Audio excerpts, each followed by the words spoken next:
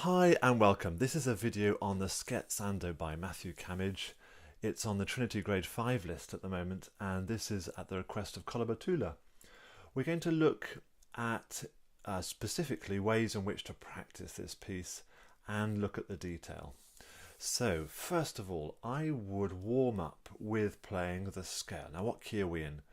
Sonata in G major. We're in G major. What speed am I going at? Well, it is set to a metronome of 100. So there we go. Just switch it off for now, but we've got that in our heads. So what I might do is I've got to play crotchets, I've got to play quavers, I've got to play semi-quavers. Da, da, da, da. Let's try crotchets. So this is nice and steady, giving me plenty of time to think about my hand shape. Got the notes right, really crystal clear legato sound.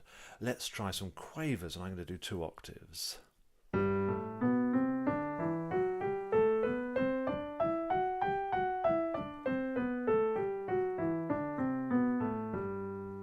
That's good, so the fingers are now limbering up. Semi-quavers, because I'm going to have to play them in the piece. I would do 4 octaves, but I don't think you can see 4, so I'll do 2 for now.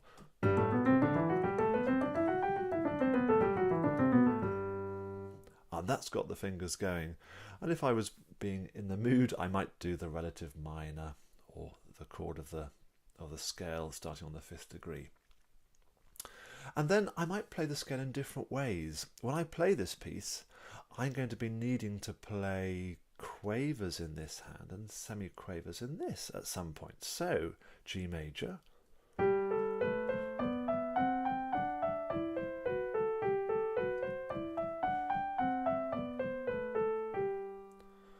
Just out of interest, could I swap it round?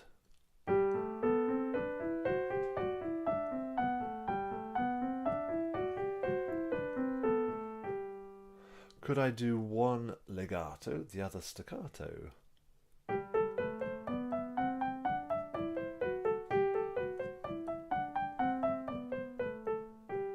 Again, swap it round. I ask almost all my students to do this chord sequence called 1, 4, 5, 1. We're in G major, and there are 3 stages. First stage, 1, as simple triads in root position.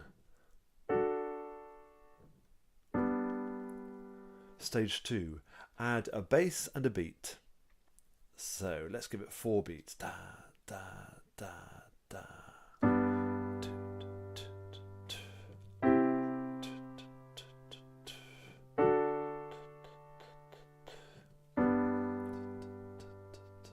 Stage 3, I might introduce a rule such as in the chord hand, one note has to be below middle C and only one note.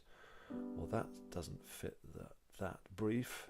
That does. So I'd end up with, and I'll go slowly, 2, 3, 4. 1 note, 3. That will work for the C. And the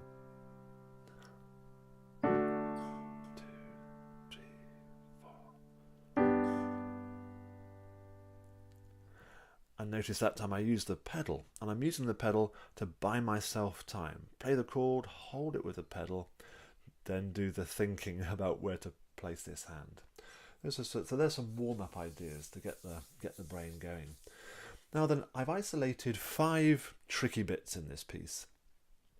I'm taking it as read that we've gone through the basic note learning. Golden rule for note learning is slow, with all the detail, and be really demanding on yourself. I will say those things again. Play really slowly. Do pay attention to all the detail from the offset, and be really demanding of yourself. But that taken as read, and I'm not going to walk through it with you, let's look at some of the specific tricky bits. Left hand, the very first bar, playing thirds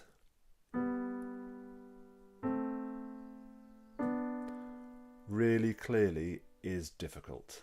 How about this little exercise?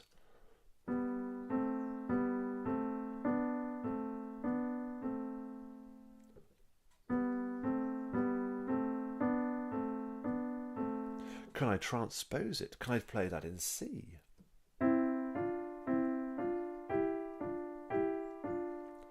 Could I play it on D? Why not get the right hand involved?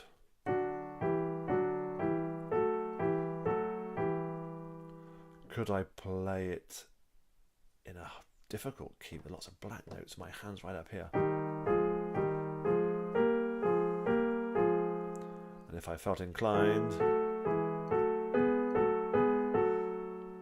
in order to get those thirds absolutely together. Area number 2 is here, and it's where the right hand introduces just a little bit of harmony, some notes underneath.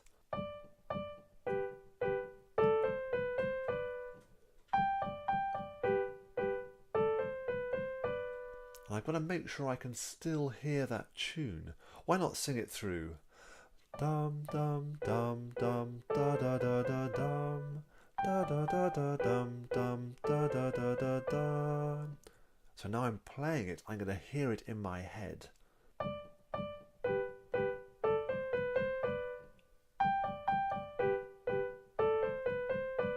To make it absolutely clear.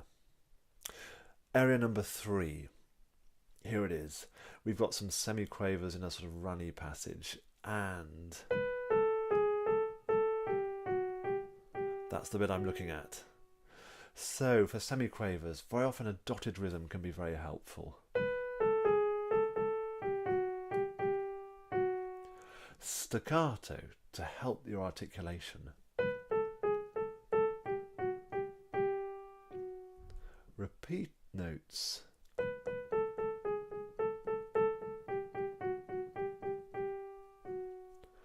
And if it was a slightly longer run, I might pause at every 4th note. So from here, for example,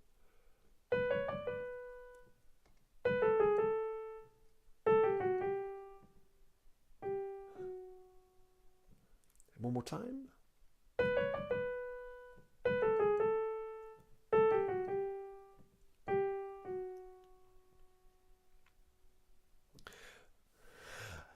But number 4, we've got a sequence here, haven't we? And it's really, really relaxed wrist. So I could do all of the exercises I've just been speaking about, or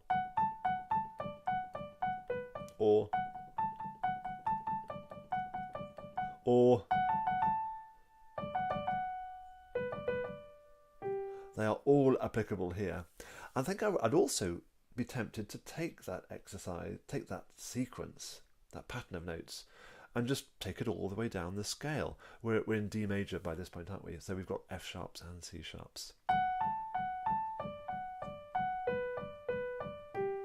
And then it's starting out on the E, start out on the D, let's start out on the C, on the B, on the A. I had to sort of improvise some fingering there, and that's part of it. So take the sequence, transpose it, put it in different places. And the final tricky point is point 5. It's this Presto section, which might look a bit scary. For what's going on, it's great to analyse music, helps us to understand. Oh, that looks like the scale of D major to me. Scale of D. And then the scale of D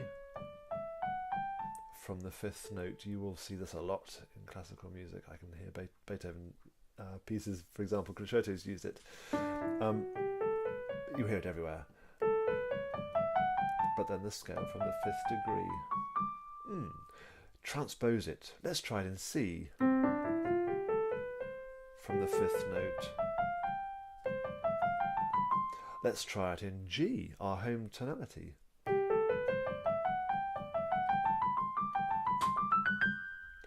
If you're feeling brave, take it to some other more scary keys. And you need really relaxed wrists for these scales. Make sure you can hear every note. The 4th finger, I suspect if you're like me, will be the one that doesn't sound quite as clearly. can get that sort of thing.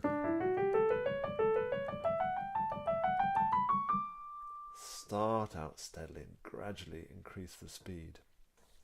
Always good when you're practicing as well to take the piece in small chunks. And I say that because what I'm now going to do is play the entire thing, but at a slow practice speed. And I'm trying to pay attention to all the detail as well. Is it legato? Is it staccato? Am I leaning on that little bit there? Here we go.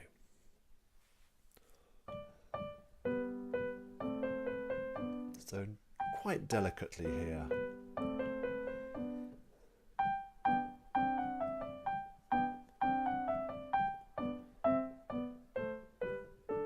Louder.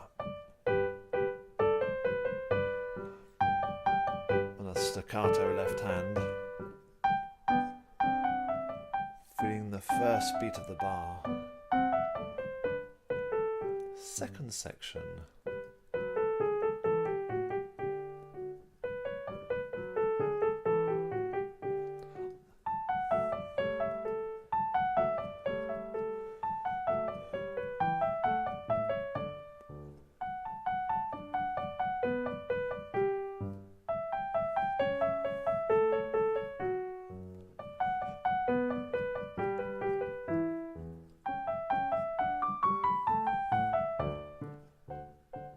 Echo effect.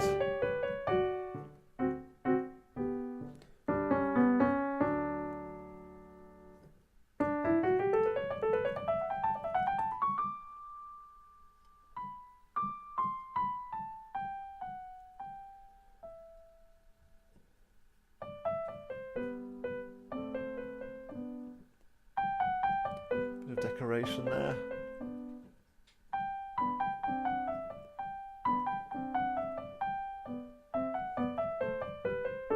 Louder.